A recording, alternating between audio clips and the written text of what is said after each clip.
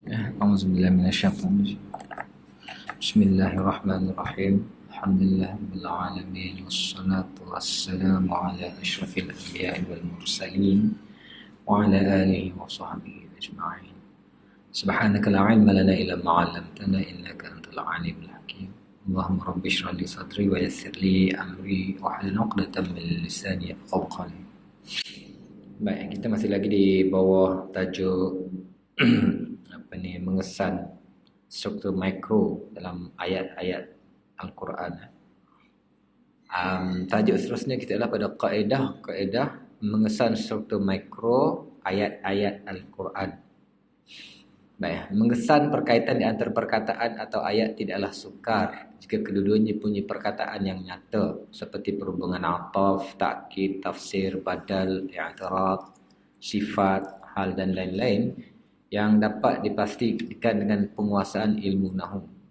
Akan tetapi sukar sekali mengesan perhubungan di antara dua perkataan atau dua ayat yang pada zahirnya tidak menampakkan sebarang perkaitan di antara keduanya, namun berpandukan qarinah-qarinah dan bukti-bukti di sudut maknanya yang saling berpautan dengan menggunakan kaedah-kaedah tertentu untuk mengesan struktur mikronya. Para ulama tafsir yang bijaksana masih nampak perkaitannya.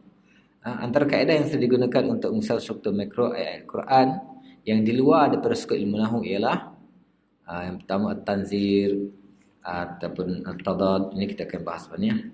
Baik. Sebagaimana yang kita sebut sebelum ni, kita dah lalu kepada ataupun sudah beberapa tajuk ataupun usul-usul tafsir yang kita telah lalui, dan untuk kali ni tafsir kita kata melihat ataupun mencari perkaitan di antara struktur halus ataupun mikro ini agak sukar. Bukan sukar tu maksudnya agak seni, agak halus, memerlukan perhatian yang sangat mendalam. Sebagaimana kita sendiri memerlukan kepada bakat yang tinggi, usaha yang gigih, selain daripada ilmu-ilmu yang cukup, ilmu-ilmu alat yang mencukupi. Seorang itu haruslah mahir dalam bahasa Arabnya, cabang-cabang bahasa Arabnya dia tahu, seolah dia boleh baca kitab Arab tu seperti dia membaca kitab dalam bahasa ibundanya sendirilah. Maksudnya baru boleh sampai ke peringkat tu untuk memahami yang ni, yang dalam, yang halus ni, kan. Jadi ni sebab itulah perbahasannya agak detail, agak panjang sikit. Sebab dia satu seni yang halus. Bukan semua orang diberikan oleh Allah Taala peluang untuk mendapat, kita kata usul ni. Jadi di sini kita kata untuk memperkaitkan, untuk mengaitkan perkaitan di antara ayat ataupun di antara perkataan, antara frasa ke, yang mana kaitan itu nampak jelas, nampak zahir melalui ilmu nahwu, itu tidaklah sukar. Maksudnya kalau orang dah tahu i'rab, dah tahu ilmu nahwu, dah mahir, tak suka itu sebab nampak. Nampak. Melalui penguasaan ilmu yang baik, melalui ilmu i'rab yang mantap, kita nampak perkaitan antara ayat itu kalau perkaitannya jelas. Sama ada kita kata bukan ataf ma'tuf. Maksudnya kita kata frasa ini ataupun ayat ni ma'tuf kepada ayat ni walaupun jauh. Macam kita kata baru ni antara akhir juzuk yang keempat dengan awal juzuk yang kelima, walaupun duduk juzuk yang berlainan, tapi dia masih lagi dekat dengan ataf tersebut. Ataupun mungkin di awal ayat, di awal muka surat, ma'tuf dia di hujung ke, ataupun jawab syarat dia panjang. Ada jawab syarat yang kita kata berada dalam ayat yang sama. Ada jawab syarat yang berada nun jauh, ataupun khabar dengan mubtada ke, ataupun kita boleh tahu hak mana muqaddam, hak mana muakhir dalam mubtada. Jadi hak tu masih lagi di bawah penguasaan ilmu nahwu, yang mana kalau nampak jelas melalui suluhan ilmu nahwu, itu tidaklah dikira sesuatu yang sukar. Kan? Tapi dalam nak menghubungkan satu hubung kait yang tak nampak, pada zahirnya tidak nampak perkaitan. Ayat ni agak sukar. Ini memerlukan pemerhatian, tadabbur yang sangat halus untuk mengeluarkan ataupun untuk mengaitkan perkaitan antara sama ada dua perkataan ataupun sama ada dua frasa ataupun kita katakan apa? Point kita nak extract daripada satu-satu kita kata ayat tersebut. Tidak zahir dalam perhubungan yang jelas seperti ataf ma'tuf, sifat mausuf, kan? Seperti kita kata badal mubdal minhu ataupun i'tirad yang kita nampak jelas. Yang ni agak halus. Tapi walaupun ianya halus, tidak semua orang dapat mengesannya, tetapi ulama yang bijaksana, ulama yang hebat, yang menyerahkan, mempasrahkan dirinya dalam bidang tafsir, merhatikan ayat-ayat Allah, kadang-kadang mereka mampu untuk mengaitkannya. Mereka mampu untuk menarik dua poin tersebut dan menyatukan dalam satu makna. Ini hebatnya lah. Baik, sudah tentulah dia memerlukan kaedah. Sudah tentulah kita kata usaha yang halus ini memerlukan kaedah. Jadi antara kaedah untuk mengesan struktur mikro ataupun kaitan-kaitan halus ini yang di luar daripada skop ilmu nahu, maksudnya dengan ilmu nahu yang mantap pun soal itu masih belum dapat mengaitkannya. Antara kaedah-kaedahnya yang pertama at-tanzir. At-tanzir bermaksud membandingkan sesuatu, sama ada keadaan ataupun yang selainnya, dengan sesuatu yang lain kerana ada sudut keserupaannya. Sudut keserupaannya dari segi makna ataupun poinnya, bukan daripada sudut ikatan ataf ma'tuf, badal mubdal minhu ataupun sifat mausuf ataupun sesuatu yang dikaitkan dengan skop ilmu nahwu ataupun diikat dengan tata bahasa ni.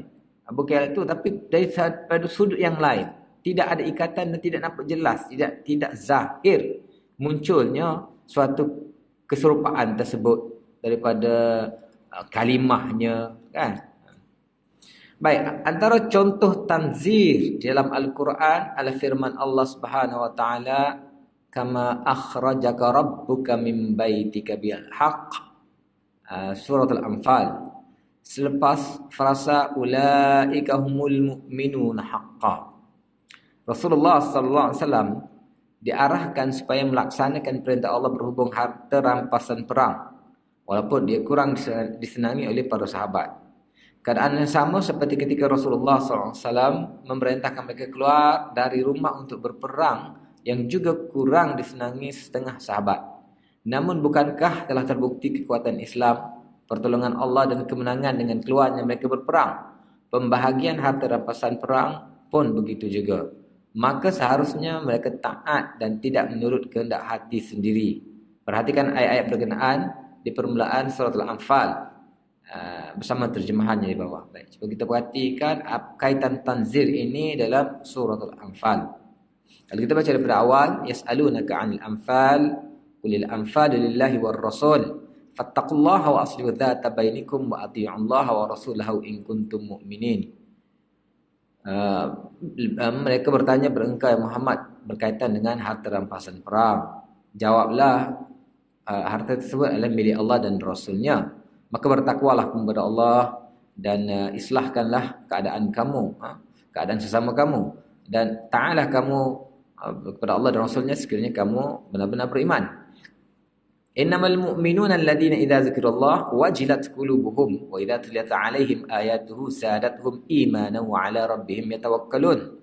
Sungguhnya orang-orang mukmin yang sebenar itu adalah apabila disebut nama Allah gementar hati mereka, dan apabila ayat-ayatnya dibaca kepada mereka bertambahlah keimanan mereka dan mereka bertawakal kepada Allah.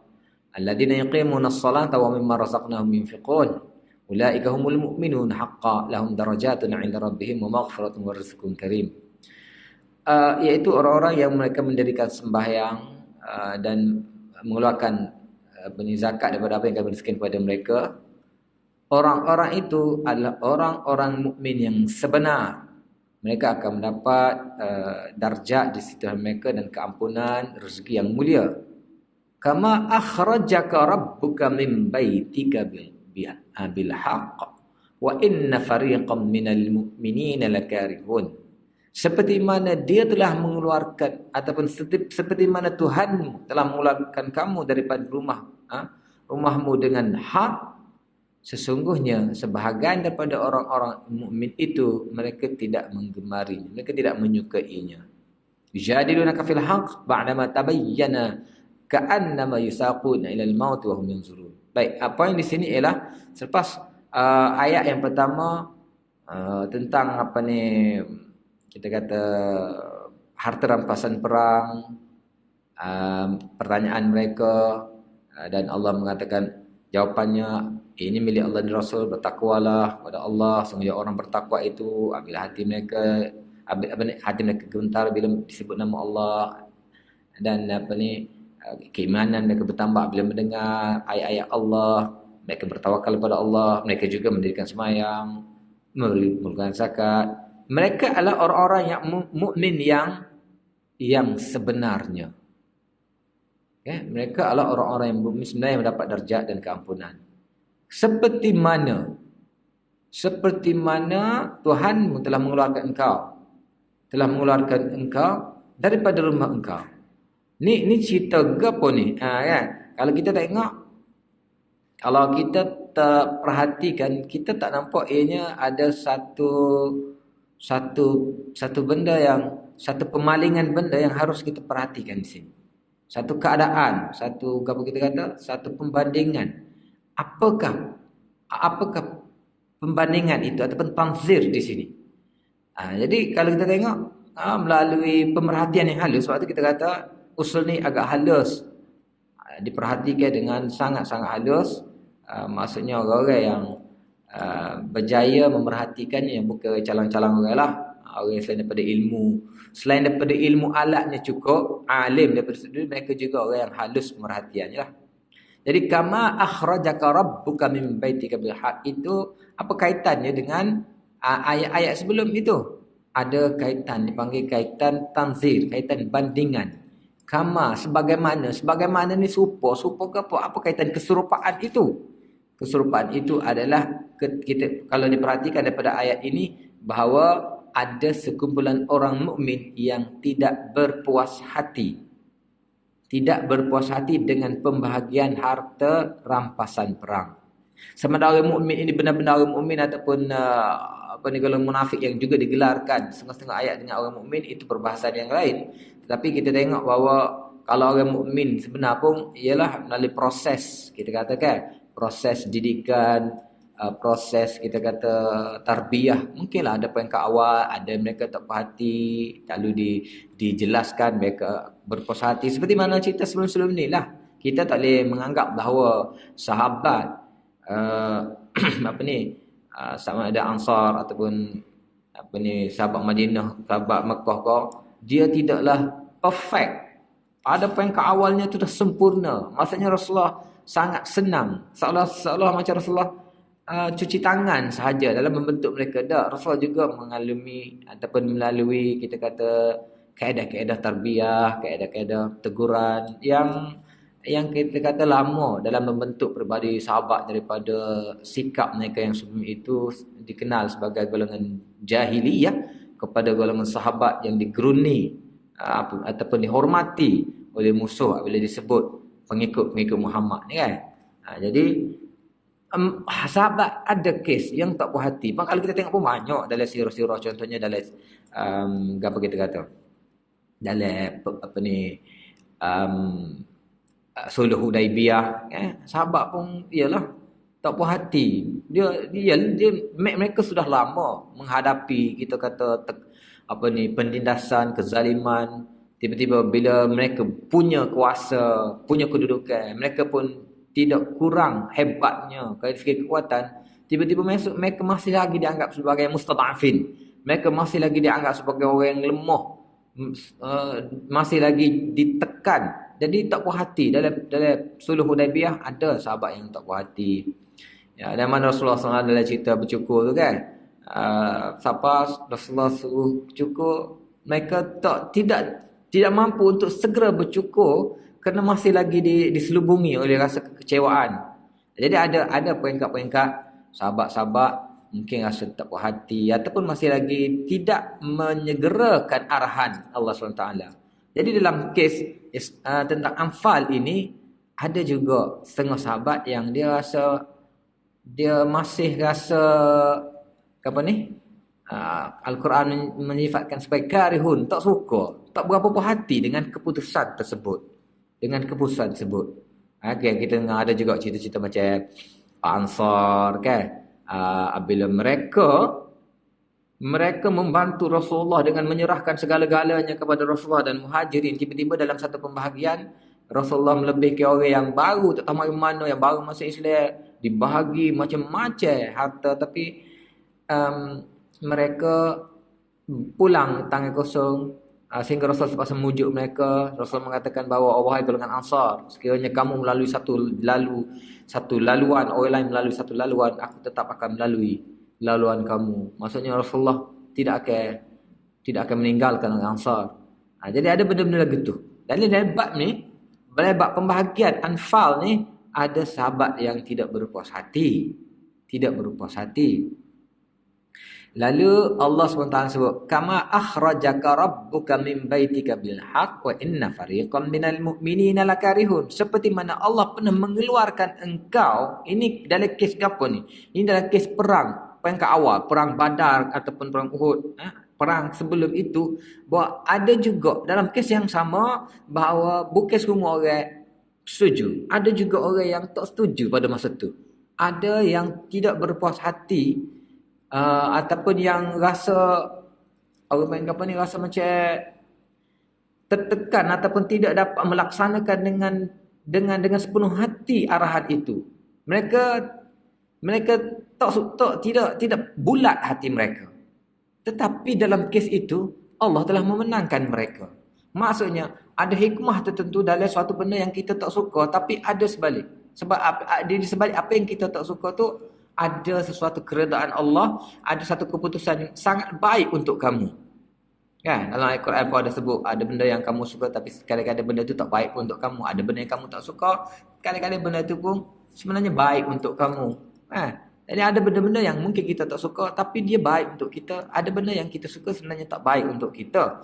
Jadi dalam kes ini, walaupun kes Anfal yang kamu tak suka ini, yang kamu rasa berat ini, sebenarnya ada dikait-kait juga. Kama akhrajaka rabbuka min baitika bil haqq. Maksudnya tanzil, pembandingan, keserupaan ataupun kes yang sama, keadaan yang sama ini hanya dilihat oleh orang yang merhatikan secara halus. Oleh sini ada perbandingan tanzir dipanggil. Perbandingan tanzir, perbandingan kita kata kaitan halus yang membandingkan dua situasi ataupun dua keadaan. Jadi mungkinlah kita kata peringkat ni kita tak nampak lagi dengan contoh ni, mungkin kita tak nampak sangat, tak ada masalah lah, biarlah. Tak apalah, mungkin dalam insya-Allah bila kita masuk ke tafsir-tafsir yang membincang lebih halus, mungkin kita akan nampak kaitan-kaitan tersebut, kaitan-kaitan tanzil. Sebab itu kita kata sabarlah sebab ni kita kata satu usul yang halus, satu usul yang seni, yang mungkin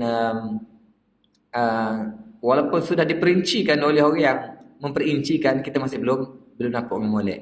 InsyaAllah Allah akan buka, mungkin dalam contoh-contoh yang lain kita akan jumpa, kita akan nampak lah perbandingan tersebut. Sama ada kita nampak dengan sendirinya bila kita merhatikan sendiri, ataupun kita nampak bila diperincikan oleh orang yang menafsirkan ayat-ayat tersebut. Okay. Contoh yang lain juga kita boleh juga tengok dalam surah Ali Imran. Cuba kita tengok ayat yang surah Ali Imran. Kita tengok ayat yang ke-75. Wa min ahlil kitab man in ta'manhu biqintarin yu'addihi ilaik. Wa minhum man in ta'manhu bidinarin la yu'addihi ilaik. illa ma dumta alaihi qa'ima dzalika bi annahum qalu laisa alaina fil ummiyina sabil wa yaquluna 'ala Allahi al-kadhib wa hum la ya'lamun. Wa min ahli kitab, ada di kalangan ahli kitab, man in ta'manhu biqintarin yu'addihi ilaik. Ada di kalangan ahli kitab ni, kalau engkau serahkan satu gunung, satu harta yang banyak, kamu serahkan amanah untuk mereka jaga, yu'addihi ilaik, dia akan bagi semula. Maksudnya dia amanah, dia amanah. Dia boleh serahkan semula harta yang kau serahkan kepada mereka. Tetapi wa minhum man in ta'manhu bidinar. Tapi ada juga yang kalau kamu serahkan 1 dinar saja, 10 riyal aja kalau kita kata tak, la ya'di ilaik, susah nak boleh, tak boleh. Illa ma dumta alaihi illa dumta alaihi qa'ima, kecuali kamu desak berdiri depan dia, desak, lepas didesak barulah dibagi, walaupun 1 dinar. Okey, zalika bi anhum qalu laisa alaina fil ummiyina sabil. Kenapa begini sikap mereka ni? Sebab mereka mengatakan bahawa laisa alaina fil ummiyina sabil. Golongan ummi ni tidak setaraf dengan kita. Kita tak perlu nak jaga, nak melera sangat dengan apa-apa ummi ni. Golongan ummi ni adalah gelaran kepada orang-orang Arab lah, orang yang tidak ada kitab, tidak ada nabi. Mereka golongan ada kitab, bangsa pilihan kan. Jadi mereka menganggap mana rendahlah kepada orang Arab ni. Jadi ayat-ayat ini wa minhum man in ta'manhu, ini berkaitan melalui satu pandangan secara halus. Ada ulama yang mengaitkan berlaku juga tanzir di sini. Berlaku perbandingan antara dua situasi. Lagu mana? Ayat-ayat sebelum itu membicarakan tentang sikap, tentang jenayah, tentang pengkhianatan mereka daripada sudut agama. Mereka merosakkan agama. Mereka tidak amanah dalam menegakkan agama. Banyak berlaku penyelewengan, tahrif, pengubahan dalam agama orang Yahudi ini. Itu jenayah sebenar mereka. Tetapi dalam masa yang sama, mereka juga sebenarnya bukan daripada sudut agama saja, daripada sudut harta benda pun mereka adalah golongan yang tidak boleh diharap. Berlaku juga pengkhianatan dalam penjagaan atau amanah harta benda. Sebab apa? Sebab bila mereka merasa mereka tinggi, mereka tidak setaraf dengan golongan yang lain. Jadi mereka merasakan laisa alaina fil ummiyina sabil. Mereka tak perlu jaga hati pun. Tak perlu melera, tak perlu ambil hati ataupun tak perlu jaga pun golongan-golongan yang level rendah ni. Kan? Jadi di sini kalau kita baca mungkin kita tak nampak perkaitan tersebut, tapi bagi mereka yang nampak, di sini ada satu kaitan perbandingan at-tanzir, membandingkan satu situasi sebelumnya bahawa golongan Yahudi ataupun ahli kitab ini dalam bab agama tidak boleh dipercayai. Mereka merosakkan, mereka mentahrif, mengubah. Tetap dalam masa yang sama dalam bab harta benda pun tak boleh percaya juga. Orang Yahudi ni semua benda tak boleh percaya lah. Jadi sini kaitan tersebut ini sangat halus. Kalau orang yang baca dengan mentafsirkan ataupun melihat daripada sudut lughah, daripada sudut i'rabnya, jadi gapo tak, ni jumlah apa, jadi gapo, dia tak akan nampak kaitan tersebut. Dia hanya nampak kaitan daripada sudut tata bahasa ataupun lughah sahaja.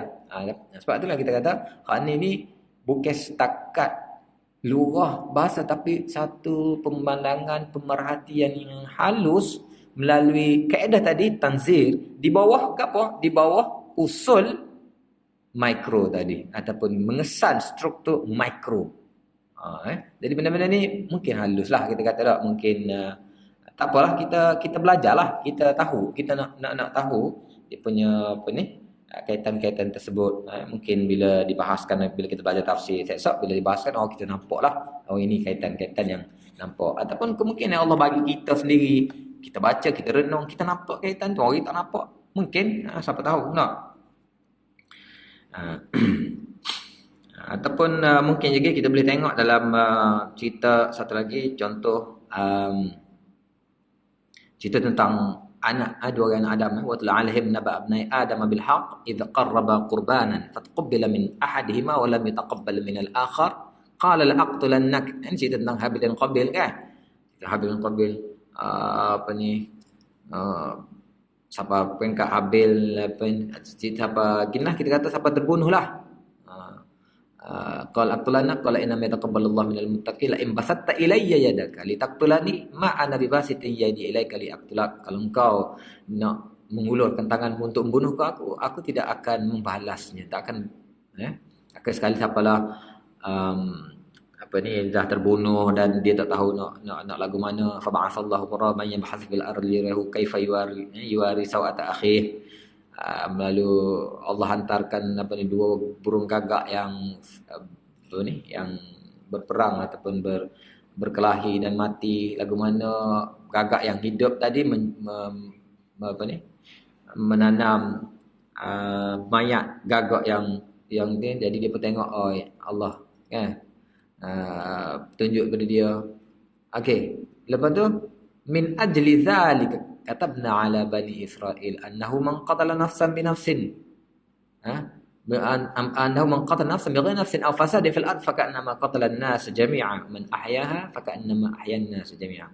Baik, kalau kita tengok situ cerita, cuba tengok cerita daripada anak Nabi Adam, dua orang tak berhati hati dan seorang ugut, seorang kata aku tak akan balas, lalu berlakulah pembunuhan, lalu Allah hantar burung gagak tunjuk cara tanam, dia pun menyesal, dia pun tanam cara burung gagak. Min ajli zalik, oleh kerana itu kami telah tetapkan annahu man qatala nafsan bighairi nafsin, bahawa seorang yang membunuh tanpa min ghairi nafsin, bukan sebab jenayah pembunuhan, maksudnya si mangsa bukan membunuh orang lain, atau fasadin fil ard, ataupun si mangsa tidak melakukan apa-apa kerosakan atas muka bumi, faka'annama qatala an-nas jami'a, maka pembunuh tersebut seolah-olah dia membunuh seluruh.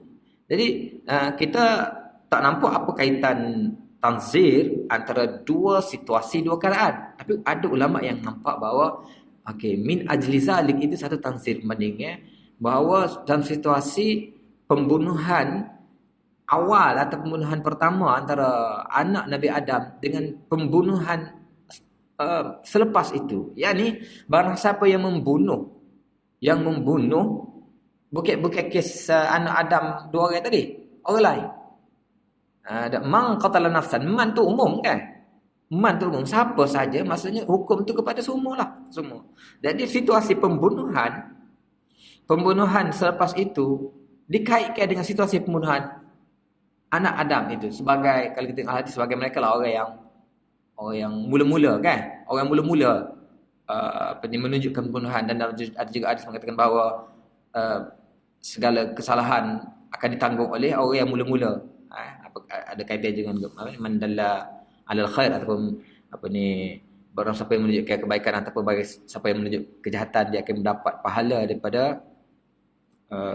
kejahatan. Ada man sanna sunnatan hasanatan ataupun man sanna sunnatan sayyi'atan falahu ajruha wa ajru man 'amila biha ila yaumil qiyamah. Ada kaitan-kaitan begitu. Jadi di sini ulama telah melihat bahawa start daripada min ajli zalik, di situ ada satu tanzir, ada satu perbandingan antara dua situasi. Sebelum itu situasi pembunuhan pertama dilakukan oleh dua orang anak Adam, dengan pembunuhan selepas itu yang dilakukan oleh orang lain. Mungkin kita kata seperti tadilah, mungkin kita tak pernah nampak lagi kaitan yang halus ni tapi mungkin insya-Allah kita akan nampaklah nanti bila kita dah jumpa mungkin contoh yang banyak kan. Ataupun ada beberapa contoh lagi, cuba kita perhatilah, kalau mungkin dengan contoh yang beberapa contoh lagi mungkin kita akan nampak ataupun satu lagi, dia ada beberapa nama juga kaitan perbandingan di antara dua situasi ni. Ada yang menamakannya sebagai tasyabul atraf, iaitu sudut keserupaan antara dua hujung kepala ayat, hujung ayat ini dengan kepala ayat. Okey, perbandingan itu juga termasuk dalam tanzir, pemerhatian kita. Sebab Quran ni dia seni, dia tu banyak sudut. Antara sudut ialah hujung ayat dengan awal ayat tu ada satu perbandingan yang orang lain terlepas pandang, tapi orang yang halus mereka ada kaitan. Ada kaitan. Contohnya kita kata, okay, dalam ayat la tudrikul absar wa huwa yudrikul absar wa huwa latiful khabir. La tudrikul absar wa huwa wa huwa yudrikul absar wa huwa latiful khabir. Dia tidak, la tudrikul absar. Dia pandangan tidak dapat memerhatikan. Dia ini Allah ini tidak boleh dilihatlah, tidak boleh ditangkap oleh pandangan. Wa huwa yudrikul absar, dia yang menguasai pandangan. Okey, tak apalah. Wa latiful khabir. Sama juga dengan kita bahas sebelum ni, wa huwal azizul hakim dalam cerita Nabi Isa kan. Dia ada kaitan-kaitan tu, bukannya saja-saja. Bukan kita kata okey nama Allah banyak, kita bergunalah mana-mana, bila kita sebut nama Allah sebutlah. Hai kita nampak je lah tentang rahmat wa arhamar rahimin ataupun wa rahmanur rahim ke, tentang keampunan sebutlah wal ghafurur rahim ke, tentang kekuatan sebutlah wal wal jabbarul qahhar ke kan, tentang kebijaksanaan sebutlah wal hakimul, ataupun tentang kekuasaan mengetahui wal hakimul khabir ke kan, ataupun tentang jadi kaitan-kaitan itu kita nampak ialah adalah kaitan-kaitan dengan, tapi secara halusnya lagi ketepatan itu bukan semata-mata hanya meletak ke hanya saja meletak. Contoh kita kata dalam bab ketepatan dialog Nabi Isa dengan Allah SWT, kenapa Hakimul Khabir wa huwal Azizul Hakim, kenapa Aziz di situ dan Hakim berkaitan dengan maghfirah. Jadi di sini juga la tudrikul absar wa yudrikul absar wal latiful khabir. Kenapa latiful khabir? Bukan saja-saja juga. Bukan sebab kita katalah kita ni kalau ayat tu orang boboh wahwa wahwal ghafurur rahim ataupun wahwal hakimul alim, tak, kita katalah la tudrikul absar wahwa yudrikul absar wahwal hakimul alim, katalah orang boboh lagu tu, kita pun tak perasan. Kita pun tak perasan ada kaitan ke apa, sebab kita ialah kita baca, kita setakat baca kan apa ayat-ayat baca, tapi bagi orang pemerhati dia nak kait tu. Kenapa dalam bab ni kena berbuat nama Allah yang ini, sifat Allah yang ini? Sebab nama dan sifat Allah yang sebenarnya itu bukan saja-saja, ada kaitannya, dan dia bersangkut bersangkutan dengan keseluruhan kehidupan kita, ada belaka. Sebab itulah doa ni jangan kita doa itulah ya arhamar rahimin, takkan ya arhamar rahimin siapa kesuk daripada hidup kita daripada awal sampai akhir, semua tu je sifat atau nama Allah yang kita sebut. Sedangkan Allah suruh sebut, Allah kata bahawa walillahil asmaul husna fad'uhu biha. Allah punya asma dan asma, maka berdoalah dengan asma. Jadi asma husna tu okey ya arhamar rahimin je. Ada kaitan, ada masa-masa kita nak kepada Al-Azizul Ghaffar, ada kita nak Al-Qahharul Jabbar kan. Kemungkinan kita ada satu situasi kita perlukan kepada Tuhan yang Qahhar dan Jabbar. Mungkin sesuatu kita perlukan kepada Tuhan yang Hakimul Khabir. Jadi nama-nama tersebut ada kaitan belaka. Jadi sini kenapa wahwal latiful khabir? Apa kaitan idrakul absar dengan latif dan khabir kan? Jadi sini ada ulama mengatakan yang lihat daripada sudut ni ataupun dipanggil tasyabul atraf ni, wa huwa yudrikul wala yudrikul absar wa la tudrikul absar wa huwa latif. Maksud latif, latif adalah lembut ataupun halus. Latif adalah satu yang halus. Jadi dia tu maha halus. Maksud halus, suatu benda yang kita tak nampak kerana kehalusan dia kan. Tahu mana halus pun kadang-kadang kita boleh nampak juga, kita guna mikroskop ke, kita guna teleskop ke apa tu.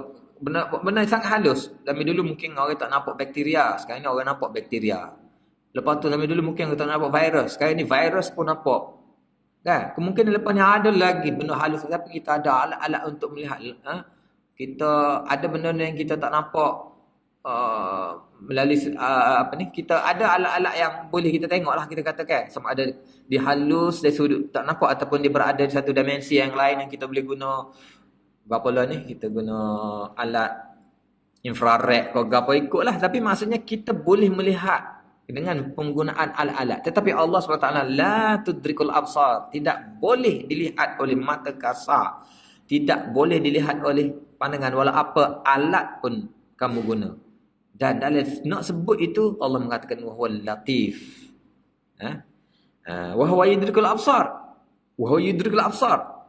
Dan wahwal latiful khabir. Khabir itu apa? Apa maksud wahwa yudrikul absar? Dia la tudrikul absar, tidak ada, maksudnya dia tidak boleh dilihat, dia sangat latif, dan akan tetapi wahwa yudrikul absar. Bukan setakat kita kata dia tak boleh melihat, tapi dia pun, orang lain pun dia tak lihat. Macam kita kata okeylah, virus ataupun bakteria, dia ada alam dia yang kita tak boleh lihat dia, dan dia pun tak boleh juga menguasai kita ataupun melihat kita ataupun. Tapi Allah ni dia tidak boleh lihat, tapi dia yang menguasai penglihatan ataupun dia yang berkuasa. Dia mengetahui segala-galanya. Bukan daripada sudut dia tak nampak, tetapi dia juga tak mampu. Tak. Dia tidak mampu untuk lihat, tapi dia juga mampu untuk mengatasi segalanya. Jadi kaitan di antara al-latiful khabir dan idrakul absar, la tudrikul absar, sangat seni, sangat kaitannya sangat comel. Bukan saja tangkap muat, bukan saja diletak dua nama tersebut untuk dibandingkan dan dilihat secara halus oleh pemerhati yang menggunakan kaedah sama ada at-tanzir ni ke, ada beberapa kaedah yang dipanggil tasyabul atraf ke apa, tapi ini adalah satu kaitan halus yang dilihat, diperhatikan melalui mata hati yang halus, yang sangat seni juga oleh kita kata mufassir ataupun ulama yang kita kata genius jugalah. Walaupun mungkin orang lain mahir juga dalam ilmu nahwu apa, dia tak nampak benda ni sebab ia bukan disuluh melalui suluhan tata bahasa, suluhan lughah ataupun nahwu saraf. Hebat dalam nahwu saraf, dia ada nampak benda lain. Ini bukan melalui suluhan ilmu nahwu dan saraf, tapi pemerhatian makna melalui at-tanzir tersebut.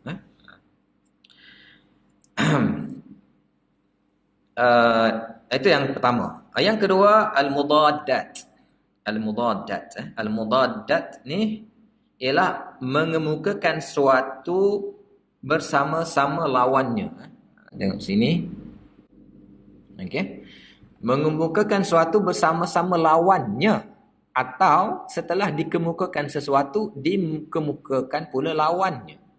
Contohnya innal ladzina kafaru sawa'un 'alaihim a'andartahum am lam tunzirhum la yu'minun.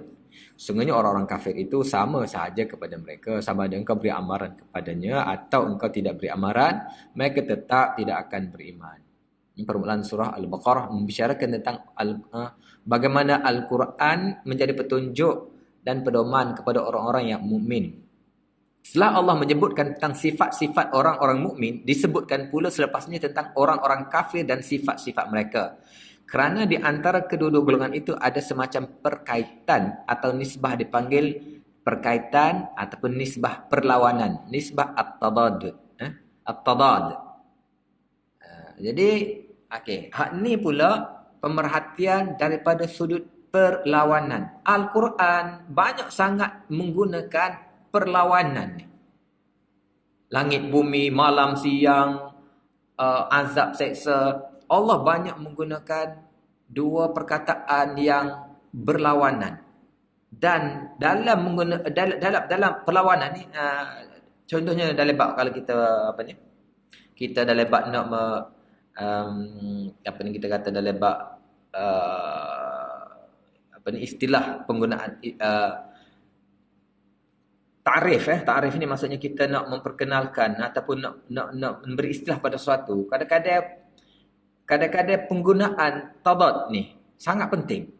Sebab tu dalam ada patah ada kata mengatakan wabil addad tu'raful asya' tu'raful asya' bi addadiha. Suatu benda itu kita mengetahui melalui lawannya. Kadang benda ni kita nak memperkenalkan orang, kita nak ayat ke orang dak, kita nak beri ta'rif lah ataupun beri istilah pada orang. Kadang-kadang benda tu seni. Kita nak describe sesuatu, kadang-kadang kalau kita tak pandai, Dia semakin panjang tapi semakin orang tak faham. Tak. Semakin panjang kita royak tak jelas, semakin orang tak faham kadang-kadang. Tapi kalau kita pandai cara royak, ringkas saja tapi kena pada tempatnya, orang mudah faham. Antara kaedahnya ialah dengan cara ni. Nisbatut tadad. Dengan adad, dengan dengan lawannya. Contohnya macam mana kita nak mengenal siang? Kita nak bagi ayat yang macam mana untuk nak describe, nak menjelaskan, mentarifkan siang. Panjang mana perkataan yang kita gunakan untuk menjelaskan siang itu sebenarnya tidaklah sedetail atau semudah apabila kita beritahu ianya adalah berlawanan dengan malam. Mengenal malam, kita akan mengenal siang. Siang dikenali melalui malam.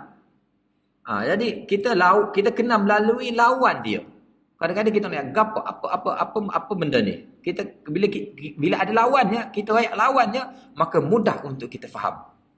Mudah untuk kita faham. Jadi ini bagi nisbah at-tadad ataupun at-tadad ataupun al-mudad. Okey, Al-Quran banyak menggunakan kaitan tadi. Kita tengok macam Al-Quran, hal yastawil a'ma wal basir, samakah orang yang buta dan dan yang melihat? Jadi adakah sama orang buta dan orang yang melihat?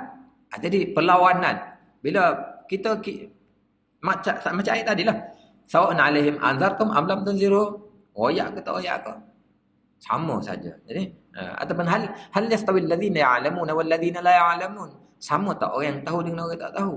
Walaupun itu ayat pertanyaan, tapi itu bukan ayat pertanyaan.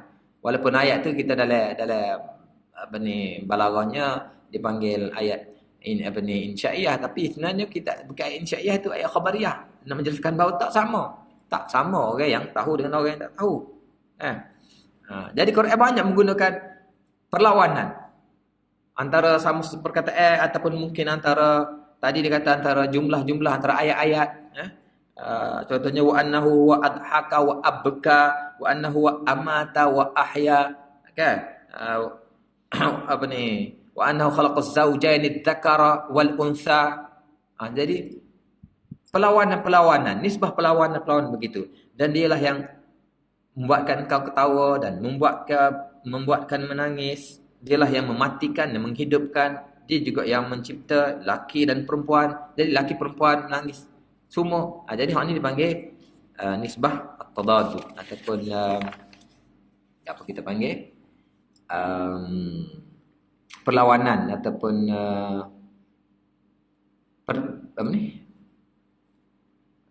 lawan jenis lawan ataupun kita kata pertembungan suatu yang lawannya.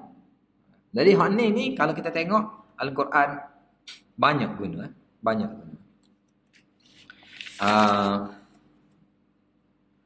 Ada contoh lagi. Ataupun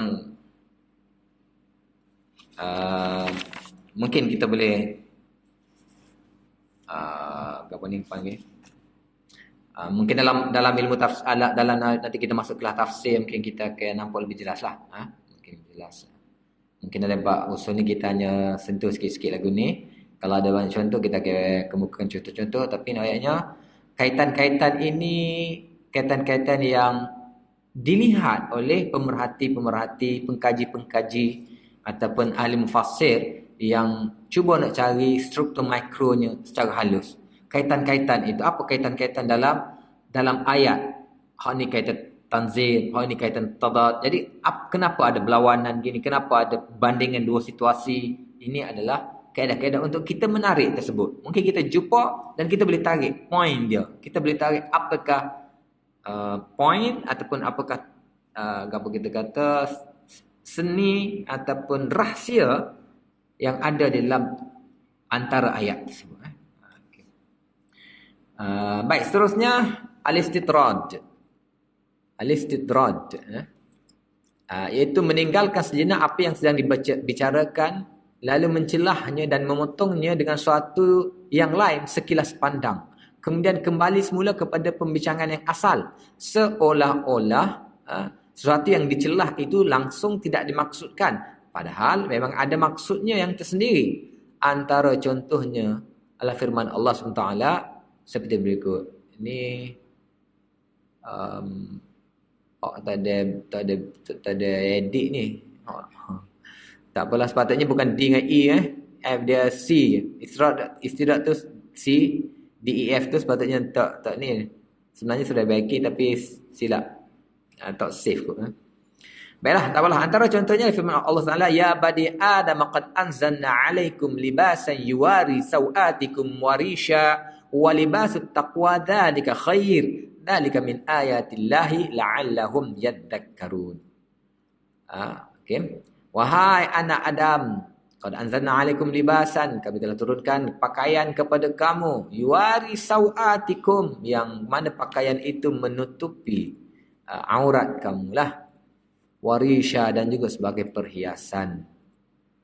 Walibasut taqwa dzalika khair, dan pakaian takwa itulah yang lebih baik.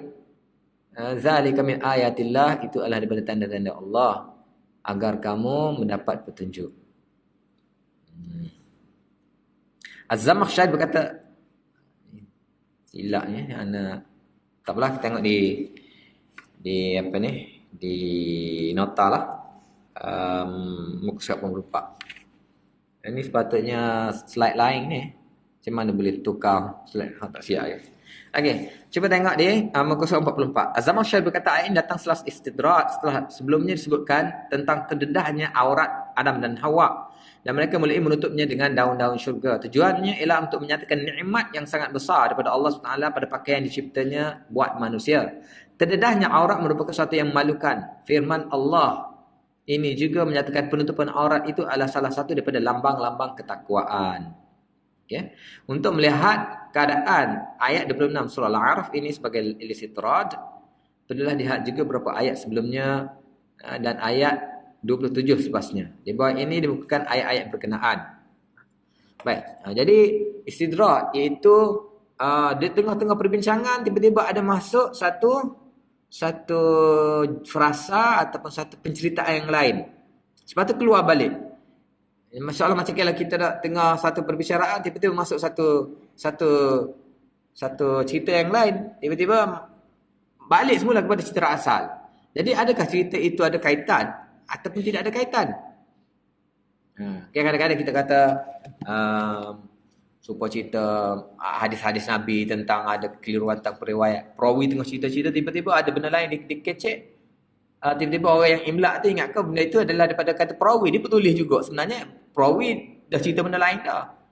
Kan? Ada soal cerita tentang perawi yang dia tengah-tengah cerita hadis. Dia baca teks hadis ni. Orang lain betul. Masa tu zaman orang tulis. Tak ada kitab. Macam kita ni mudahlah beli kitab. Tak ada kitab je. Zaman dulu orang salin tulis. Jadi bila dia baca, okay, salin, tulis. Tiba-tiba perawi yang tulis tu ada seorang lain masuk. Dia pun puji orang tu. Oh, dia kata orang yang banyak sembahyang malamnya, bercerahlah mukanya, bersinar-sinar wajahnya. Dalam memuji orang yang baru masuk. Anak murid dia ingat ke itu juga teks hadis. Lalu ditulis. Tersepaklah hadis itu sehingga lepas tu orang pening tu usaha untuk membersihkan teks. Sebab cara dia masuk tu comel macam teks hadis. Padahal dia bukan teks hadis. Kan? Sama juga dengan hadis apa ni tentang al-ghurrah al-muhajjilin tu kan, yang kita pernah dengar bahawa itu kata-kata Abu Hurairah. Itu faman arada an yutila ghurratahu falyaf'al. Dalam hadis Nabi kata esok apa ni wajah-wajah siapa apa ni orang yang berwuduk ni akan cerah bercahaya seperti ghurrah muhajjilin. Dan dalam tafsir Abu Hurairah tu ada faman arada an yutila ghurratahu falyaf'al. Barang siapa yang nak panjangkan ghurrahnya maka hendaklah dia lakukan. Maksudnya kalau lengan itu di sini cahayanya, esok kalau kita nak panjangkan basuhlah sampai ke sini. Kalau kaki itu sampai ke buku lali, cerah bercahaya, rasa macam tak comel sangat, kita angkatlah sikit sampai ke lutut kau, cerahnya sampailah sampai situ. Sebenarnya itu bukan teks hadis, itu kata-kata Abu Hurairah, dan itu memang pendapat Abu Hurairah. Sehingga Abu Hurairah sendiri pun dia ambil Ismail tu. Tapi dia nusuk-nusuk, dia sembunyi-sembunyi sebab pelik. Sehingga sahabat yang tengok dia kata, wuduk apa ni Abu Hurairah? Dia kata, "Oi, orang kau ada, kalau aku tahu aku tak ambil kan." Jadi itu sebagai kita kata ni pendapat dia. Dia anggap dengan dia basuh lebih tu akan bercahaya lebih lah. Sedangkan ulama yang lain katakan bahawa dari segi apa ni ghurrah ni tak boleh dilebihkan. Kalau ni pun muhajjilin pun dia ada had dia kuda tu sampai ke mana saja. Tak apalah nak ayatnya. Sisipan kata-kata ni, sisipan kata-kata di tengah kecek ada masuk luar. Kalau kita pernah juga berlaku kan, kita kecek-kecek satu tiba-tiba lalat masuk kan, ataupun kita kata tiba-tiba tengah kecek-kecek api mati ke, api mati ke. Jadi itu perkataan-perkataan yang masuk dalam kata-kata ni. Jadi dalam Al-Quran sebenarnya kalau tengok ada banyak lagu ni, ada banyak duk tengah kecek benda lain, ada benda yang masuk. Adakah itu saja-saja ataupun tak ada kaitan? Sekali tengok macam tak ada kaitan, tapi sebenarnya ada kaitan yang sangat halus, yang diperhatikan oleh orang bahawa ini istidrat ini sebab apa dicelah. Dicelah suatu ada kaitannya. Ada kaitan pencelahan tersebut. Bukan saja-saja mencelah, bukan saja-saja frasa itu mencelah kosong, tetapi ada sebab yang comel tak situ sebab ada kaitan. Penting juga benda yang dicelah tu. Bukan tak ada kaitan. Itu dipanggil istidrat. Ini pun benda halus juga yang perlu diperhatikan dengan lebih. Yalah kita kata orang-orang yang terpilih saja mungkin, orang yang hatinya bersih ataupun pandangannya kita kata pun ni tajam, yang dapat melihatlah. Okey, contoh di sini dia kata contoh, ya bani Adam uskun anta wa zawj, kita baca sepenuhnya. Ya bani Adam uskun anta wa zawjukal jannah fakula min haitsu syi'tuma wa la taqrabu hadhihi syajarah fatakuna minadh dhalimin. Panjang ayatnya, tak apalah. Kita baca tentangnya ayat Allah mengatakan wahai Adam, tinggallah engkau dan isteri engkau dalam syurga ni, makanlah daripadanya sesuatu kamu, dan tapi janganlah kamu hampiri dua pokok ini, nanti engkau akan jadi orang zalim. Fa waswasul masyaitan liyubdihuma ma wuri'anhuma min sawatihima. Kita baca lebih kurang lah maknanya, maka tiba-tiba syaitan masuk dan syaitan memuas-waskan untuk dan apa tujuan syaitan menggoda untuk mereka membuka aurat mereka, liyubdi sawatihima lah. Kita apalah. Wa qala ma nahakuma rabbukum an hadhihi syajarah illa an takuna malakain an takuna minal khalidin. Dan tidaklah cara syaitan itu ialah ataupun menggunakan kaedah yang sangat halus untuk menipu. Dia kata Tuhanmu sebenarnya apa dia lari tu? Kenapa lari tu? Bukan apa pun, takut engkau jadi malaikat ataupun takut engkau akan jadi kekal tanpa mati. Jadi itu satu umpan kepada manusia. Memang manusia nak lagu tu, hidup tanpa mati ni kan. Itu cara syaitan. Wa qasamahuma inni lakum ala minan nasihin, dan dia bersumpah bahawa aku bukan lain, aku hanya nak menasihati kamu saja, tak ada niat lain saja nak kan. Dia cara-cara orang scam, cara-cara scammer lah ni. Cara-cara scammer. Fadallahuma bighurur falamma dhaqa asy-syajaratu badat lahuma sawatihima wa tafiqa yaqsifan 'alaihima min waraqil jannah wa nadahuma rabbuhuma alam anhakuma an tilkuma asy-syajarah wa aqul lakuma inna asy-syaitana lakuma 'aduwwun mubin. Qala rabbana zalamna anfusana wa illam taghfir lana wa tarhamna lakunanna minal khasirin. Qala ihbitu ba'dukum li ba'din 'adu wa lakum fil ardi mustaqarrun wa mata'un ila hin. Qala fiha tahyaun wa fiha tamut wa minha tukhrajun. Ya bani Adam qad anzalna 'alaikum libasan yuwari sawatikum wa risha wa libasut taqwa dzalika khair. Dzalika min ayatillahi la'allahum yadhakkarun. Okey, baik, dalam cerita tersebut akhirnya dia menipu Adam, dan Adam makan lalu terkeluarlah pendek ceritanya inilah, terkeluarlah Nabi Adam, dan Nabi Adam pun bertaubatlah, rabbana zalamna anfusana. Lalu Allah kata qala bitu ba'dukum li ba'din adu, kamu semua turunlah ke dunia kan, dan kamu akan duduk mustaqarrun wa mata'un ilahin di dunia, dan sampai ke satu masa qala fi hataya di sana kamu hidup, kamu mati di sana, dan kamu akan keluar juga daripada sana. Ya bani Adam, lalu Allah mengatakan wahai anak Adam, qad anzalna 'alaikum libasan yuwari sawatikum warisha. Kami telah menurunkan kepada kamu pakaian yang yuwari sawatikum, yang menutup aurat kamu, warisha, dan sebagai rishan, sebagai perhiasan. Walibasut taqwa dzalika khair. Dan pakaian ketakwaan itu adalah lebih baik. Ya. Ya Bani Adam, ya Bani Adam, la yaftinannakum syaitan kama akhraj abawaykum minal jannah. Jadi ayat ya Bani Adam qad anzalna 'alaikum libasan yuwari sawatikum. Kalau kita tengok sini macam apa ni? Yalah kalau kita baca, kita tak nampak isi satu celahan. Istidrak. Sebab ceritanya tentang Adam. Adam, apa ni ceritanya? Adam, kamu makailah dalam bawah syurga ni sepuas-puas kamu. Ikutlah nak gimana mana, cuma janganlah kamu jangan kamu apa panggil? Kamu rapat, jangan kamu hampiri pokok ini. Tapi akhirnya syaitan masuk, syaitan goda, syaitan scam dia lah, dia pemakai lah kan. Cerita tentang Adam, Lalu Adam salah, Adam pun doa gini-ginilah tu. Allah kata kamu semua turunlah ke dunia dan kamu akan menjalani kehidupan ini sebagai ujian kamu gini-gini. Tiba-tiba wahai anak Adam, wahai anak-anak Adam. Khitab tu dipalingkan kepada kita pula. Dan dia berkaitan dengan pakaian. Kan? Cerita seolah satu celahan, sisipan khitab kepada kita yang mana asalnya cerita tentang Nabi Adam yang digoda oleh syaitan dan akhirnya menerima hukuman. Tiba-tiba mari wahai anak Adam, ya Bani Adam, qad anzalna 'alaikum libasan yuwari sawatikum wa risha wa libas taqwa dzalika khair.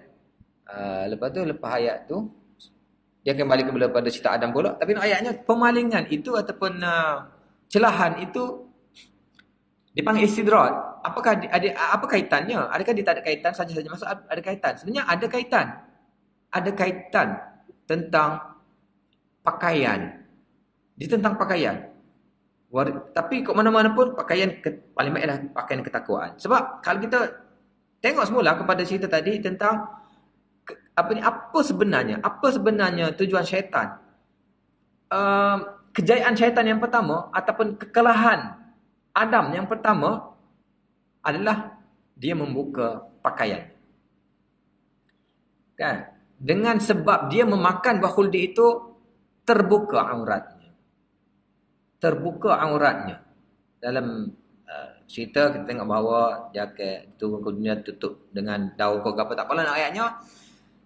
Apa yang diusahakan syaitan ataupun syaitan nak suruh jatuhnya manusia ataupun apa kita panggil jatuhnya manusia ni ialah dengan membuka pakaian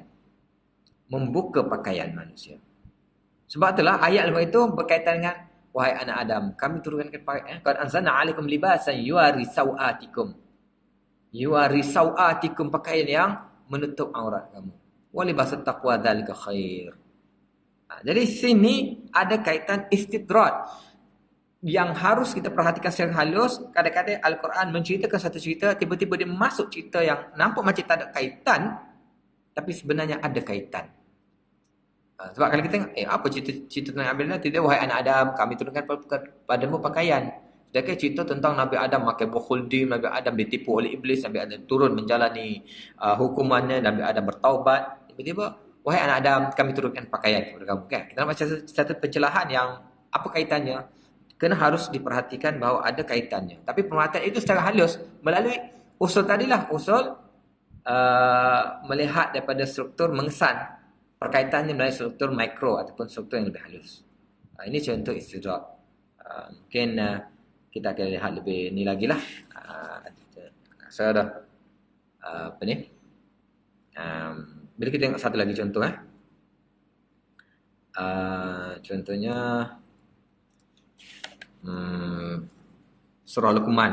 Okey, kita tengok surah Luqman. Surah Nisa ayat 171 surah Nisa. Ya ahlal kitab la taghlu fi dinikum wa la taqulu 'alal haqq. Okey. Ya ahlal kitab la taghlu fi dinikum wa la taqulu 'ala Allah illa al-haqq. Innamal masih Isa ibn Maryam rasulullah wa kalimatu alqaha ila Maryam wa ruhun minhu. Fa'aminu billahi wa rasulihi wa la taqulu thalatha intahu khairan lakum innamallahu ilahun wahid subhanahu an yakun lahu walad lahu ma fis samawati wa ma fil ard wa kafa billahi wakila lan yastankifal masih an yakuna 'abdan lillahi walal malaikatul muqarrabun wa man yastankif an ibadatihi wa yastakbir fasayahsyuruhum ilaihi jami'a. Baik, kalau kita sini ayat yang pertama, wahai ahli kitab, ini khitab kepada golongan Yahudi. La taghlu fi dinikum, janganlah kamu melampau dalam agama kamu, dan jangan golongan Yahudi Kristian lah, dan janganlah kamu mengatakan tidak benar pada Allah. Sungguhnya Isa Al-Masih anak Maryam itu adalah Rasulullah dan kalimahnya yang Allah campakkan ke dalam Maryam dan ruh daripadanya. Maka berimanlah pada Allah dan Rasulnya, dan janganlah kamu mengatakannya tiga, yakni Allah itu ada tiga. Intahu khailakum, berhentilah, itu lebih baik pada kamu. Sungguhnya Allah itu Maha Esa, subhanahu wa ta'ala walad, Maha suci Allah daripada Allah punya anak, miliknya langit dan bumi dan apa semuanya, dan wa kafa billahi wakila, cukuplah Allah sebagai wakil. Okey, ayat sepasnya, lan yastankifal masih an yakuna 'abdan lillah. Al-Masih tidak pernah merasa malu untuk dia menjadi hamba pada Allah. Kristian mengangkat Al-Masih bukan hamba, sebaliknya dia adalah Tuhan. Tuhan dalam Tuhan, satu dalam tiga, tiga dalam satu. Jadi Al-Masih adalah hamba Allah, dan dia tidak pernah merasa bahawa dia malu untuk dia mengaku dia menjadi Allah. Walal malaikatul muqarrabun, begitu juga para malaikat. Okey, kenapa, apa kaitan para malaikat sini? Sini juga ulama melihat ini sebagai satu istidrak. Kenapa dimasuk dicelahkan para malaikat? Ini kita cerita tentang Al-Masih. Sebab orang Kristian hanya mengangkat Al-Masih dan itulah Al-Masih dan Mary sebagai Tuhan. Tidak pernah mengangkat malaikat sebagai Tuhan. Kenapa pula dicelahnya malaikat di sini? Apa kaitannya? Ada kaitannya. Apa kaitannya? Kaitannya ialah Al-Masih ini kenapa diangkat menjadi Tuhan? Tak ada kes lain. Sebab dia tidak ada ayah.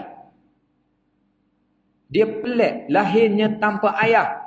Jadi ayah dia adalah Tuhan. Jadi malaikat lagi pelik. Malaikat ni bukan tak ada ayah, mak pun tak ada. Tak ada ayah, tak ada mak. Malaikat pun tidak pernah lebih pelik lagi daripada manusia ni. Tak ada ayah, tak ada mak ni pun tidak pernah merasa kecewa atau rasa malu untuk menjadi hamba Allah. Jadi celahan-celahan yang kita tak perhatikan, mungkin kita rasa tak ada makna, ataupun mungkin kita tak perasan pun ini satu istidrak tak. Mungkin kita baca tak perasan pun ini satu istidrak. Tapi kalau orang nampak istidrak, apa kaitan istidrak di sini? Celahan di sini apa maksudnya? Boleh diperhatikan secara halus. Tak sama juga dengan suratul Luqman, tapi tak apalah, insya-Allah kita akan nampak nanti kita sampai ke tempat dia lah, insya-Allah. Baik, seterusnya husnul takhallus. Setakat dulu untuk hari ini. Wallahu a'lam. Da'wana alhamdulillah.